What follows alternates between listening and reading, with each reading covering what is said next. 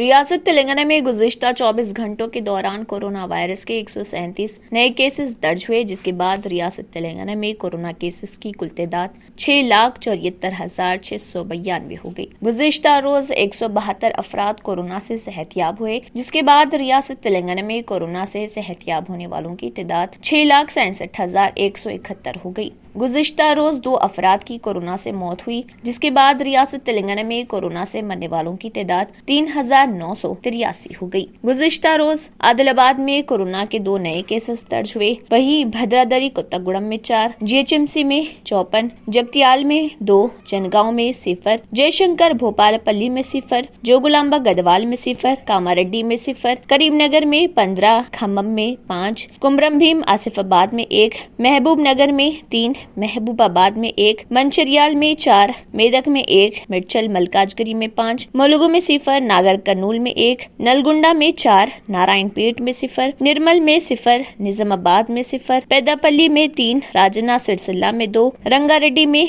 11, संगारेड्डी में 2, सिद्दीपेट में 3, सूर्यापेट में 2, विकाराबाद में 1, वनापट्टी में 0, वरंगल रूरल में 1, वरंगल अर्बन में 7 और यदाद्री भोंगिर में 3 कोरोना के नए केसेस दर्ज हुए।